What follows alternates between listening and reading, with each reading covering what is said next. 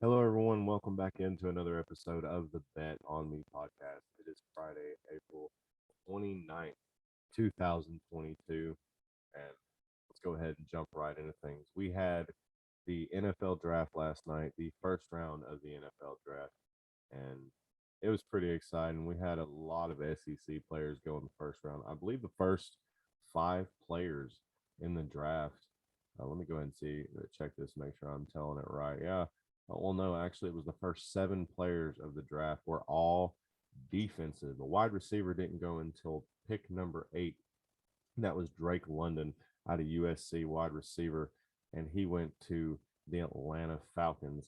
So, the wide receiver went at 10 and 11 and 12, but it's just crazy to see that it's all defense, cornerback, defensive end. Let's just go ahead and go through it here real quick. We've got the number one pick. We'll give you the first, at least we'll give you the top 10. We've got Trayvon Walker, defensive end out of Georgia. This is a big guy, 6'5, 272 pounds. He's going to be doing a lot of big things for the Jaguars down there. And Sunshine, Sunshine being Trevor Lawrence. I like calling him Sunshine because that's who he reminds me of. But he's definitely going to be down there on that defense, wreaking havoc. A Georgia guy just won a national championship. And here's somebody that was on a team that made it to the Final Four, but didn't exactly get all the way. Defensive end Aiden Hutchison from Michigan. He's a 6'7, 260-pound defensive end. And this guy right here will come and give it all to you at once if he feels like it. Man, a lot of it's crazy that a Big Ten guy went number two like that. But if you look back down here, I mean, we're going right back down. Derek Stingley Jr. out of LSU, cornerback, went number three to the Houston Texas. He's a 6 foot, 190-pound cornerback. Played his ball down there at LSU. Man, he's got a good grade of 92 draft grade there. The guy, I like watching him play. I know that the LSU Tigers are not really what they were a year ago or so, or a couple years ago, whenever it was that Joe Burrow was down there slinging those grinders around. But it is what it is, and he's one. He was taking top. I think the top three. That's your best players, but you round it out with your top five, your top 10 here. We had Ahmad Gardner go to the Jets out of Cincinnati. He is a cornerback, also another defensive player going out of the first round. To round up the top five is Kayvon Acivido out of Oregon. Oregon, he's a defensive end. He's going to be playing his ball up there in New York. And Ikam Iquanu, I hope I pronounced that right. Ikam Iquanu out of NC State. He's an offensive tackle. He's going to be staying in North Carolina over there with the Panthers and seeing if he can help Sam Darnold win some games and stop seeing some ghosts out there. Also, let's see here. We've got Evan Neal from Alabama going number 7 to the New York Giants, an offensive tackle. And we get that first wide receiver at number 8, Drake London, to the Atlanta Falcons. Charles Cross out of Mississippi State, another defensive player, offensive tackle, going to the Seattle Seahawks. Seahawks lost Russell Wilson, so we'll see what they're going to be doing. Who's going to be the quarterback up there, what that situation is going to be like. Also, rounding out the top 10 with the Jets, number 10 pick there is Garrett Wilson out of Ohio State, and he is a wide receiver.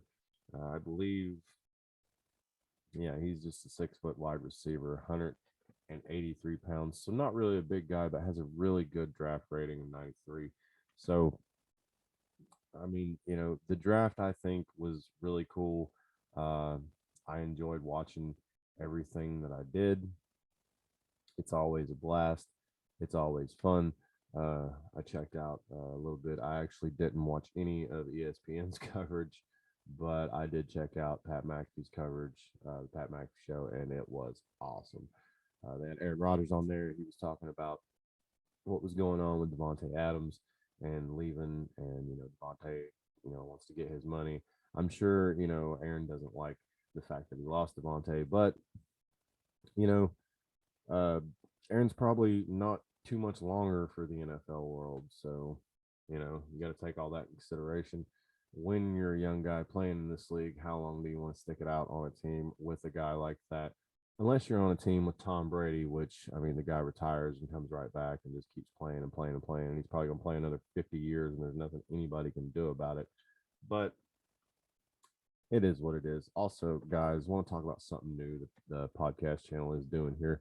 We're going to start putting out individual videos of picks now, individual game picks. So tonight, I've got the Blue Jackets and the Penguins. I've already got the video out. I've already made my pick. I'm not going to be talking about that this way because I know some people just like to listen to podcasts and they like to hear about sports and what's going on, and some people just want to be able to click on a video or something and see a pick. Okay, this is who he's got. All right, cool. They move on to the next source that they have, trying to gather all that information to make a pick, which I hope that's what you're doing. I hope you're not sitting on the toilet taking a shit, just throwing your money away in there. At least follow somebody. There's Twitter, there's Instagram, there's all kinds of websites, all kinds of betting tools. I mean,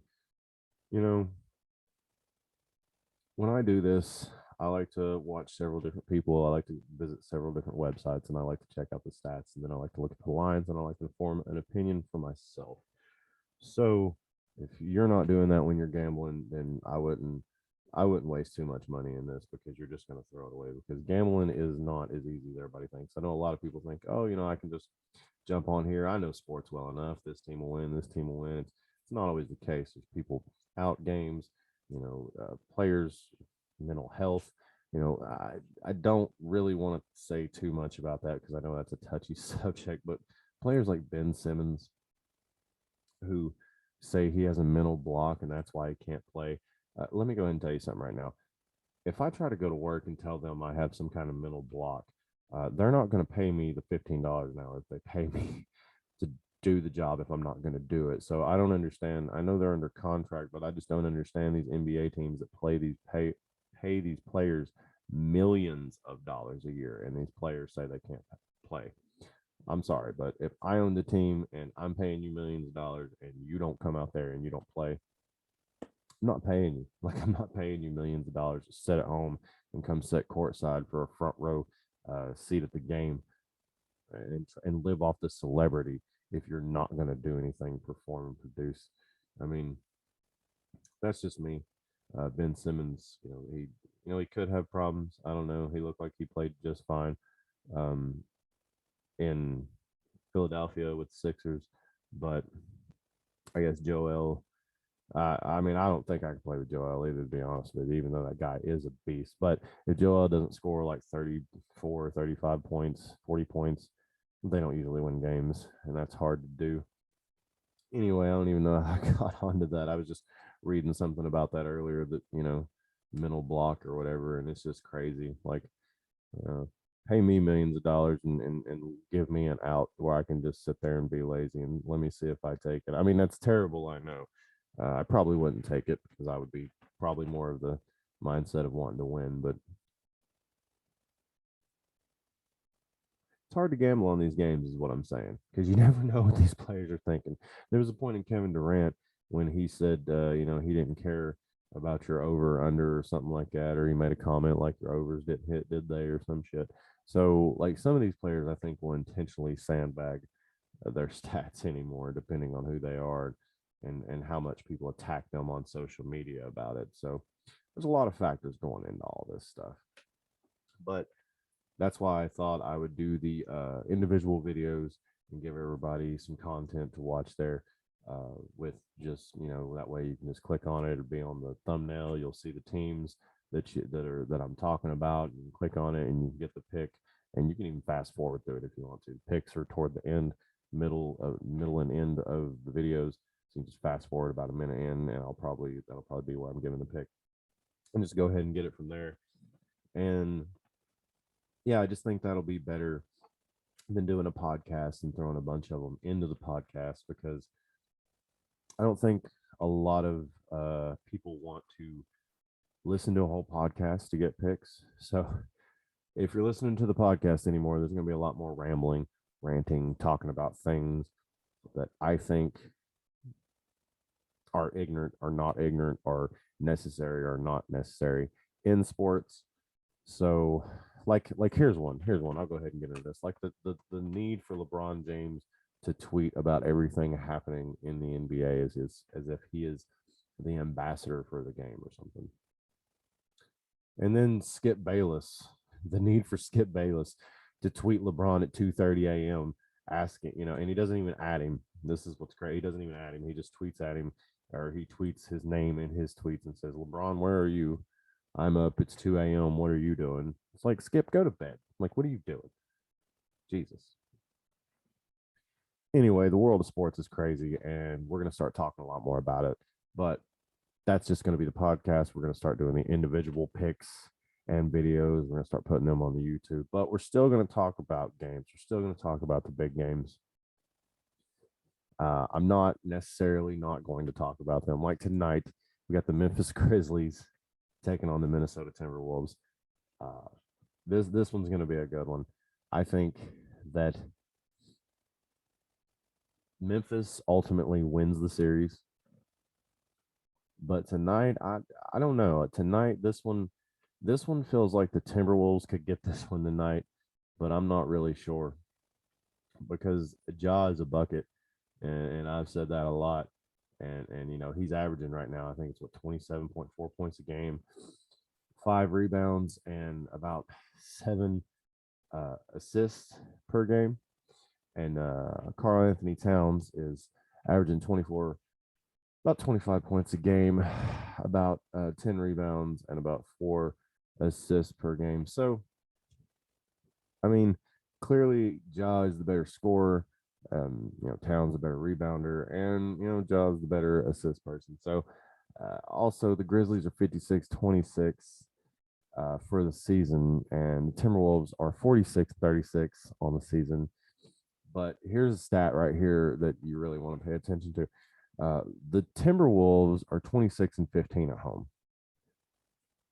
The Grizzlies are 26-15 away. I mean, I'm telling you, when I say this game is going to be a pick 'em, and I said that, and I think I said that in the video I posted about this game. When I said this game was going to be a pick 'em, I meant it. I really, really think this game could go either way. I think the Timberwolves could win. I think the Grizzlies could win. The spread was at a 1.5. Let's see if it's still there. Yeah, it's still at a 1.5. It's favoring the Grizzlies. Minnesota's on the money line plus 102. Memphis is on the money line minus 102. So it's going to be. I think it's going to be a really close game. I don't know. I really honestly can't tell you. I mean, if you want to know who I picked, you got to go over and check out the video. But I think the Grizzlies get it done. I don't know if they do it tonight or in 7. I mean, I'm thinking it could go to 7. The stats, the way everything looks, I'm thinking it could go to 7. But I mean, the Grizzlies, man, Ja Morant, you never know. You never know with this stuff. I mean, it's why we like to watch the playoffs, the NBA.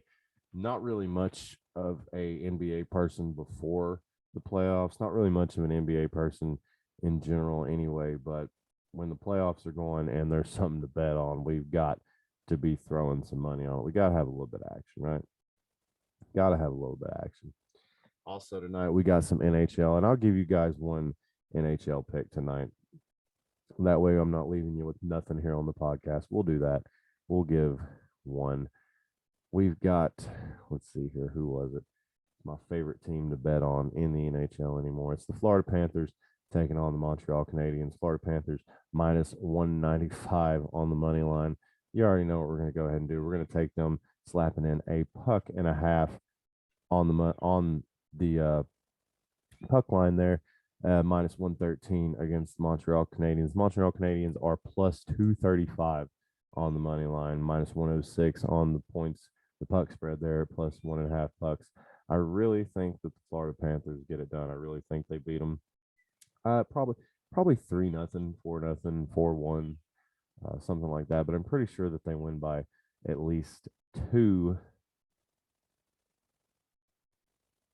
goals, and that is just that's what they won the other night. I don't really care if they played the other night. They won against the Senators. That it was 4-0, and that was on the road, and so now they're going to travel to.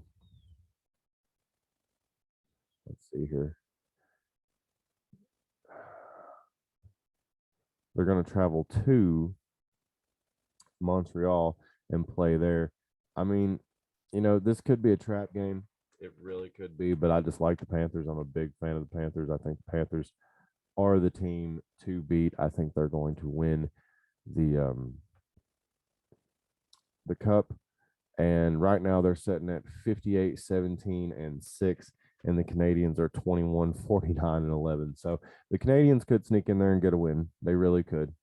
They really could. But I just honestly think that the Panthers are going to get, a back to back, another road win, a back to back road win. They got 4-0 last night against a bad team. They're coming in playing the Canadians. I think they're on a tear, and I think they're going to win that Stanley Cup.